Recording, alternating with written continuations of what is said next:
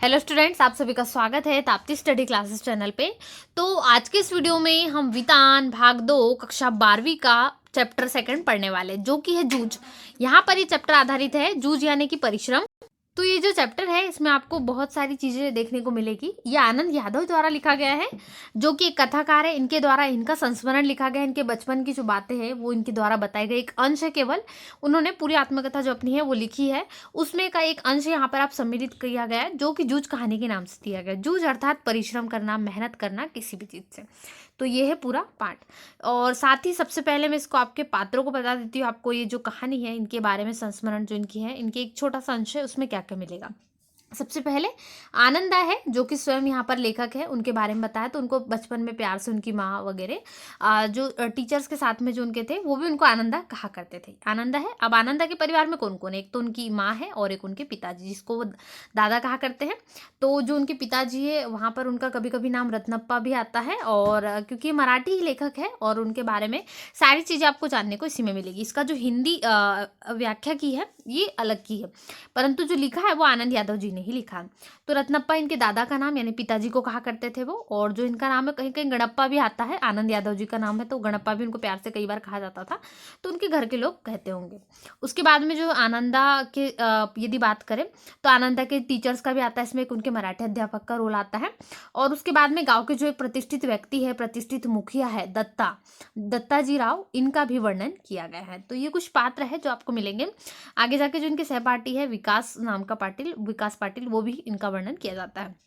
तो ये कुछ पात्र है जिससे इंट्रोडक्शन होना जरूरी था।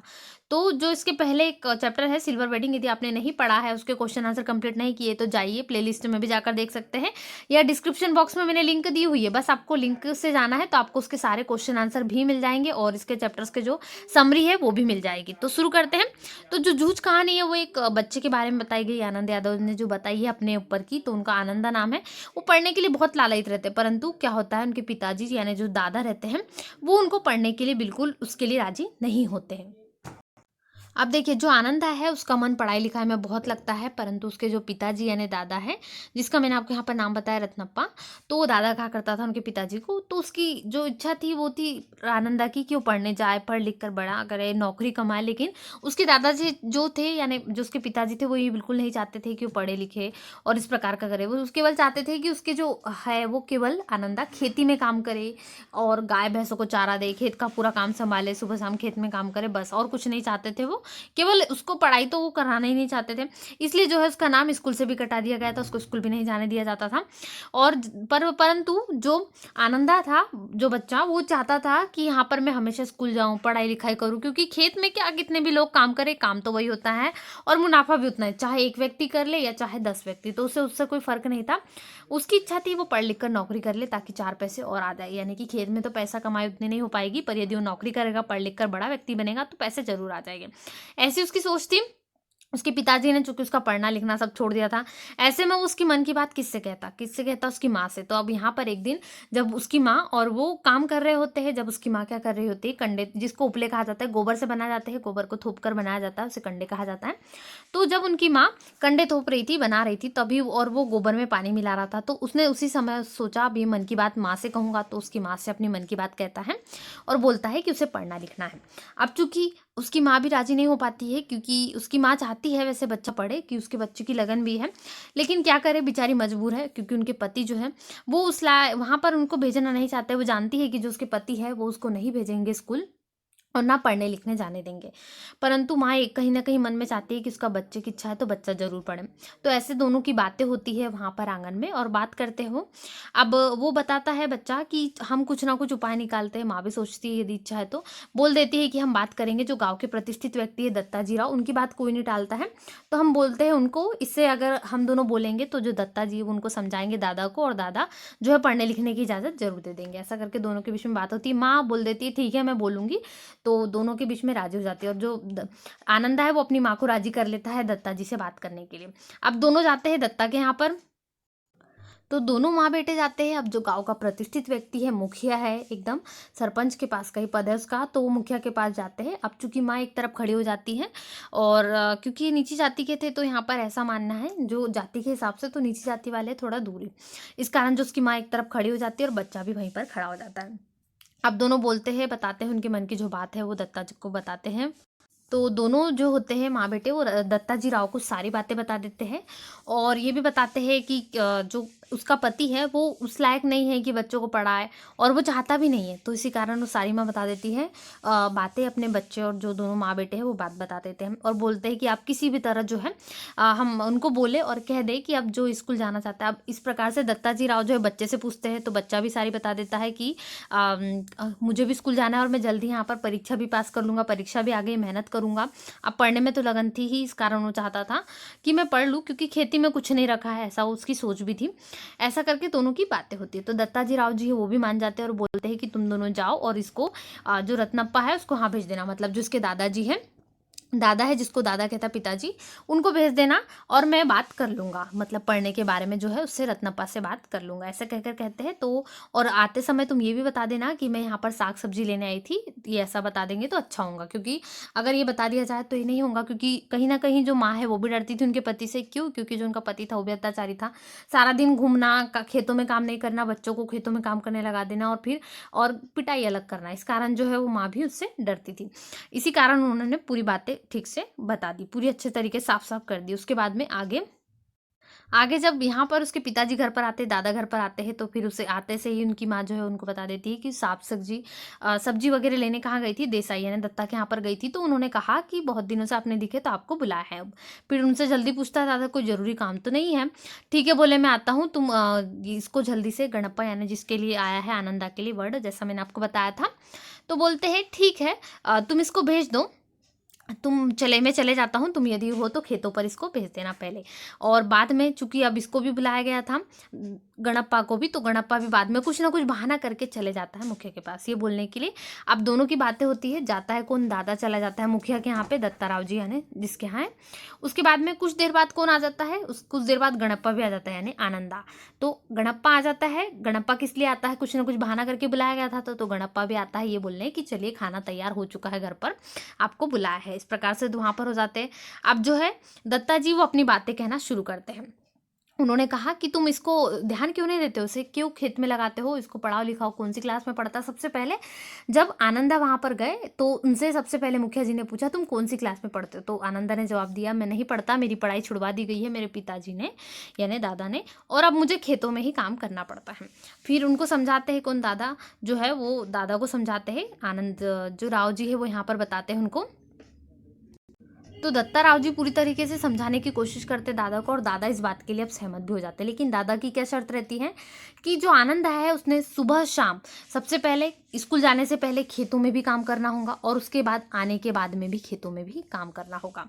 मतलब दोनों तरीके से आपको खेतों में सुबह शाम दोनों तरीके से खेत में काम करना होगा। और यदि कुछ समय ऐसा आया कभी समय या दिन खेत में ज़्यादा काम हो तो आपको क्या करना होगा? उस दिन स्कूल भी नहीं जाना होगा। तो इस प्रकार से जो दादा शर्त रख देते कुछ ना कुछ, परंतु मान जाते हैं। और ये सब कुछ दत्ता राव जी के कारण होता है। और जब उनसे पूछा भी जाता है कि तुमने इसे स्कूल क्यों नहीं भेजा, जब राव जी पूछते हैं कि तुम इसको यहाँ पर तुमने इसकी पढ़ाई क्यों छुड़वा दी, इसको पढ़ने क्यों नहीं देते, तब क्या देते हैं दादा? दादा पक्ष में बोलते क्योंकि अब पिता है तो उन्हें कुछ ना कुछ जवाब तो देना ही पड़ेगा। तो बताते हैं कि ये जो करता क्या काम करता था, उठ पटांग की शर्तें आदतें सीख गया था। मतलब सिनेमा देखने जाना और कुछ भी जो पैसे है उसमें से कुछ ना कुछ कंडे है, जैसे उनकी माँ और वो काम क्या करते थे वो कंडे बेच देता था। इसी कारण जो है इसकी पढ़ाई छुड़वा दी। फिर ये जब इससे पूछा जाता है कि तुमने ये कार्य की है क्या, तो आनंदा जवाब देता नहीं, क्योंकि पिताजी पैसे हमें हमारी जरूरत की पूर्ति के लिए नहीं देते थे। तो माँ और मैं क्या करते थे, जो गोबर है उसके कंडे बनाकर उसको बेचा करते थे और उससे जो पैसे आते थे उससे हम खर्च नहीं करते थे, हमारी जो जरूरत की चीजें जैसे कपड़े खाने के सामान ये लाया करते थे। क्योंकि पिताजी जो है वो सारा पैसा कुछ उड़ा देते हैं ना, उन्हें कुछ खर्च पूर्ति के लिए देते हैं। तो इसी कारण उन्हें आवश्यकता होती है तो वो सारा जो है वो लेकर इसी प्रकार से अपनी जो पूर्ति करते हैं। तो ये सब कुछ यहाँ पर बता देते हैं, आदतों को भी बारे में बताया जाता है। अब आनंदा को पूरे ऑर्डर मिल चुके थे कि यदि वो स्कूल जाना चाहता है तो सुबह से उसको जो है खेत से ही जाना होगा सीधा घर, और बस्ता यहीं से लेके आना होगा। फिर छुट्टी होते ही उसे क्या करना होगा, फिर से खेतों में जाना होगा। तो ये सब कुछ आनंदा को कहा गया, लेकिन आनंदा फिर भी तैयार था। अब चूंकि आनंदा जो था वो सभी चीज़ों के लिए तैयार था, उसे तो पढ़ने से मतलब था, तो वो खेतों भी काम करने के लिए तैयार था। वो चाहता था कि उसे बस पढ़ने मिले, क्योंकि अब जो उसका खेतों का काम था दिन भर का, और गर्मी सर्दी हवा इस सब का ख्याल ना करते हुए काम की चक्की में पीसना 11 से 5 तक, इससे छुटकारा मिल चुका था। अब वो स्कूल जाता, दोपहर की कड़क धूप का समय पाठशाला की छाया में व्यतीत हो रहा था, और इससे क्या होता है, गर्मी के 2 महीने आनंद में बीत गए। अब उसे स्कूल, अब चूंकि स्कूल जाने लगा, लेकिन फिर से किस में जाकर बैठ गया, 5वीं में जाकर बैठ गया। क्यों? क्योंकि यहाँ पर उसके 5वीं नापास की उस पे आगे टिप्पणी लगी हुई थी, यानी 5वीं फेल था, तो इसी कारण वो 5वीं कक्षा में जाकर फिर से पढ़ने लगा। अब उसकी क्लास के जो विद्यार्थी वो आगे बढ़ चुके थे कक्षा 5वीं के, अब वो 6वीं में जा चुके थे, किंतु ये जो है वो 5वीं पास नहीं हो चुका, तो कक्षा 5वीं में ही फिर से जाने लगा। जब वो कक्षा में जाता है, एंट्री लेता है, तो देखता है कि उसके साथ के जो विद्यार्थी वो अगली कक्षा में जा चुके हैं, और उसके जो इस 5वीं के विद्यार्थी है वो उससे कुछ कम उम्र के, क्योंकि अब वो आगे बढ़ चुका है इसी कारण, और कक्षा में फेल हुआ है। अब कक्षा में स्कूल जाना शुरू कर देता है और बेंच पर जाकर बैठता है, तो कुछ बच्चे ऐसे होते हैं जो उसके कपड़ों का मजाक भी उड़ाते हैं और कपड़े उसे छीना झपटी भी करते हैं। जैसे वो अपने गमछा एक रखता है, एक रुमाल जैसा ही होता है, रुमाल से थोड़ा लंबा होता है, उसको रख लेते हैं गमछे को, तो उसको, और साथ में धोती पहनता था। अब चूंकि खेत से सीधा घर आता था, तो कई बार उसके कपड़े गंदे भी हुआ करते थे, तो उसका भी मजाक उड़ाते थे। कई बार बच्चे जो है उसकी धोती खींचा करते थे, गमछा उड़ा दिया करते थे। तो एक बच्चा ऐसा था चौहान, जिसने क्या करा था, गमछा ले लिया था और सर पर टोपी जो टीचर्स उसके बांधा करते थे, उसके मास्टर, उसके जैसा उन्होंने नकल भी की, और उतने में मास्टर आ जाते, फिर पूछते हैं किसका है, तो जवाब देता है आनंदा कि ये मेरा है, और यहाँ पर वो सारी घटना बता देता है। अब धीरे धीरे यहाँ पर जो है वो स्कूल जाने लगा, पर उसे थोड़ा थोड़ा मन उदास भी रहता था आनंदा का, कि जो उसके साथ के बच्चे हैं वो आगे भी बढ़ चुके हैं, इसके जो बच्चे हैं थोड़े। अब जो शरारतें उसके साथ में हुआ करती थी स्कूल में, तो उसने अपनी माँ को भी बताई, तो माँ ने क्या करा, कुछ नई जोड़ी उसको कपड़े ले दिए थे कि बच्चे धोती वगैरह खींचा करते हैं, तो बच्चों ने कुछ यहाँ पर उसको अलग अलग प्रकार के जो है धोती भी दे दिया। अब क्या होता है, एक जो मास्टर आते हैं, एक मंत्री नामक मास्टर यहाँ पर आते हैं, उनके कक्षा में अध्यापक के रूप में आए। तो जो अध्यापक आए थे वो थोड़े स्ट्रिक्ट थे, बच्चों को क्या करते थे, यहाँ पर वो ज़्यादातर छड़ी का उपयोग नहीं करते थे, परंतु अपने हाथों का इस्तेमाल करते थे। हाथों से गर्दन पकड़कर क्या करते थे, पीठ पर कभी कभार मार दिया करते थे। तो जो बच्चे पढ़कर नहीं आते थे उनके साथ ऐसा होता था, इसके कारण बच्चों के दिल में दहशत बैठ चुकी थी। तो अब क्या है, आनंदा को भी थोड़ी दहशत लगने लगी थी, इस कारण जो है वो भी पढ़ने में मन लगाने लगा। अब यहाँ पर आनंदा की मुलाकात किससे होती है, उसके स्कूल में जो रहते हैं, इसके साथ में पढ़ता है वसंत पाटिल नाम का एक लड़का रहता है, जो कि पढ़ने में बहुत होशियार था। सारा स्वभाव जो उसका बहुत अच्छा था, इसी कारण जो है टीचर ने उसको मॉनिटर बना दिया था कक्षा का। अब चूंकि ये मॉनिटर था, तो आनंदा क्या सोचता था कि इससे सीनियर तो मैं हूँ, मैं पिछले बार रह चुका हूँ, तो मुझे क्यों नहीं मॉनिटर बनाया गया, इसको क्यों बनाया गया। धीरे धीरे उसे पता चलता है कि जो वसंत पाटिल है पढ़ने में बहुत होशियार है, गणित के सवालों को हल कर देता है फटाफट से, और टीचर उसे क्या करते हैं, कॉपी जांचने के लिए भी देते हैं जो बच्चे हैं उनकी। तो इस प्रकार से जो है उसको मॉनिटर बना दिया जाता है। तो सोचता है आनंदा कि मुझे भी बना देना, इससे सीनियर तो मैं हूँ, लेकिन होता कुछ ऐसा नहीं है। तो सोचता है कि मैं भी बिल्कुल वसंत के जैसे ही पढ़ूंगा, उसके समान ही मुझे भी कॉपी चेक करने का काम दिया जाएगा। और बिल्कुल ऐसा ही करता है वो। धीरे धीरे क्या करता है, वसंत से दोस्ती भी करता है और धीरे धीरे अच्छी पढ़ाई में भी आ जाता है। अब एक तरफ की कॉपियां कौन चेक करता है, वसंत, और एक तरफ से कॉपियां चेक कर लेता है आनंदा। इस कारण जो है धीरे धीरे उसने अपनी जो है रहने का पूरा सलीका भी चेंज किया, अपने जो किताब है उस पर कवर वगैरह भी चढ़ाने लगा। और जो गणित के सवाल है, यदि आनंदा कोई एक दिन अच्छा सवाल वगैरह करके दिखाता या प्रश्नों के सही जवाब देता, तो दूसरे दिन क्या करता आनंदा भी वही अच्छे से प्रश्नोत्तरी आगे की तैयार करके ला लेता और उनको तैयार कर लेता। वो जानता था कि पढ़ाई की महत्व बहुत है, इसी कारण जो है वो पढ़ाई में भी लग गया। धीरे धीरे वसंत और आनंदा की भी दोस्ती हो गई, क्योंकि अब दोनों अच्छे पढ़ने में होशियार, और दोनों को मास्टर ने बढ़िया अच्छे से, क्योंकि वो गणित के सवाल भी फटाफट हल करके आने लगे। ये सब मंत्री जो अध्यापक थे उनके कारण हुआ, क्योंकि वो थोड़े स्ट्रिक्ट भी थे, बच्चों को लकड़ी का प्रयोग नहीं करते थे, परंतु उनके हाथ ही काफ़ी होते थे इसके लिए। फिर कुछ दिनों बाद क्या होता है, एक मास्टर जो मराठी पढ़ाने आते हैं, वो कौन थे, सौंदलेकर थे। ये मास्टर जी जो आते हैं वो मराठी अध्यापक थे। तो अब जो मराठी अध्यापक है वो गाना बहुत, कविता वगैरह उनका बहुत अच्छा था, कविता छंद उनमें उसको उनको महारत हासिल थी। तो इसी कारण जो है एकदम उनका भी लगाव हो जाता है आनंदा का भी उन्हीं के इसमें।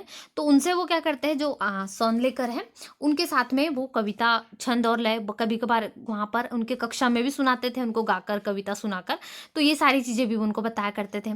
तो धीरे धीरे क्या करा, आनंदा ने भी उनसे कविता लिखना शुरू करा, उनसे सीखा, उनको अपनी प्रेरणा मानी, और एक आध बार क्या हुआ, उन्होंने सुनाई भी। तो आनंदा ने जो कविता सुनाई उनको भी अच्छी लगी। धीरे धीरे आनंदा का मन जो है कविताओं में लगने लगा। वो भी उसी प्रकार के जैसा उसके टीचर मराठी अध्यापक करा करते थे, लुक तुक और लय उसी प्रकार से वो जमाने लगा। अब चूंकि खेतों के काम में भी रहता था, वहाँ उसे अकेलापन लगता था, तो इस अकेलेपन को दूर करने के लिए उसने क्या करा, उसने भी ऐसी कविताएं लिखना शुरू करा। कभी कभार वो तुक और लय में करने लगा, तो उसका अकेलापन भी इससे थोड़ा कम हुआ। और यहाँ से उसने धीरे धीरे प्रयास किया। तो क्या करता था वो, जब उसके पास कुछ कलम वगैरह नहीं हुआ करता था, तो जो उसके पास में जो जानवर हुआ करते थे जैसे कि भैंस, तो उसके पीठ पर ही वो लिख दिया करता था। और फिर जब उसे अच्छी तरह से याद हो जाता था तो उसको मिटा देता था, और जब कंठस्थ याद हो तब वो मिटा देता था। और बार बार प्रयास करता था, जैसे पत्थरों पर भी लिख दिया, फिर यदि उसे याद हो गया तो वो फटाफट से मिटा देता था और पूरी कंठस्थ कर लेता था। इसका वर्णन भी यहाँ पर लेखक ने बहुत अच्छे तरीके से किया है। तो जो मराठी अध्यापक थे उनका उस पर बहुत प्रभाव हुआ धीरे धीरे। उसके कारण ही जो मराठी अध्यापक थे उन्हीं के कारण उसे कविता बोलना सीखना सब कुछ प्राप्त हुआ।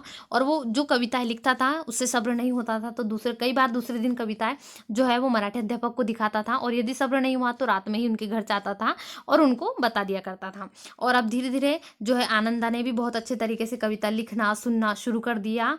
और इसका भी कई बार प्रभाव हुआ कि जो उसके मराठी अध्यापक थे वो उनकी ऊंची कक्षाओं के जो बच्चे थे उनके पास ले जाकर आनंदा को कविता गवाने लगाते थे या गाने लगाते थे। तो कई बार आनंदा को भी इससे बहुत खुशी मिलती थी, तो आनंदा का उत्साह इससे और बढ़ने लगा, और धीरे धीरे आनंदा ने भी इसमें बहुत इंटरेस्ट लिया और पूरी कविता उसने भी सीखी। फिर उसके जो मराठी अध्यापक थे कई बार उसको कविता संग्रह देते, इससे उसे और मदद मिलती छंद लय बनाने में, और आनंदा का इसके प्रति जो रुझान है वो बढ़ते गया। तो ये पूरी कहानी जो है सब कुछ इसमें बहुत अच्छे तरीके से लेखक ने, आनंद यादव जी जो है उन्होंने अपने संस्मरण में बताया है। इसका जो हिंदी अनुवाद किया गया वो केशव प्रथम वीर के द्वारा किया गया है। हालांकि ये जो मराठी है जो संस्मरण यहाँ पर आत्मकथन की है ये मराठी में है, परंतु जो इसका हिंदी अनुवाद है वो केशव प्रथम वीर के द्वारा किया गया है। बहुत अच्छे तरीके से लेखक ने, आनंद यादव जी ने अपने आनंदा जो उनको बचपन में कहा जाता था उस नाम से उन्होंने अपने जो आत्मकथा उसमें यहाँ पर उन्होंने बताया है किस प्रकार से, एक छोटा सा अंश है उनकी आत्मकथा का, बाकी पूरी आत्मकथा जो उनमें बहुत सारे वर्णन मिले गए हैं। तो ये जूझ जो कहानी है इसका अर्थ है परिश्रम करना। जैसे यहाँ पर लेखक के अंदर बहुत आत्मशक्ति थी, जूझ में लगान थी, मतलब यहाँ पर वो चाहते थे परिश्रम करके सब कुछ पाना चाहते थे।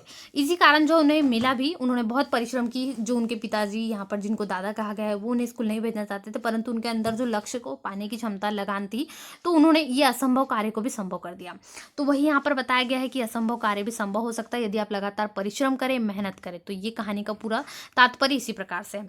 तो इसके आगे के वीडियो में हम जो इसके प्रश्नोत्तर है वो देखेंगे। तो यदि अभी तक आपने चैनल को सब्सक्राइब नहीं करा है तो जल्दी से चैनल को सब्सक्राइब करें, साथ ही वीडियो को लाइक करें, दोस्तों में वीडियो को शेयर करना बिल्कुल भी ना भूलें। आपके साथ में क्लास 12 के जितने भी विद्यार्थी उनको सभी को वीडियो जरूर शेयर करें ताकि उन सभी को वीडियोस मिल सके।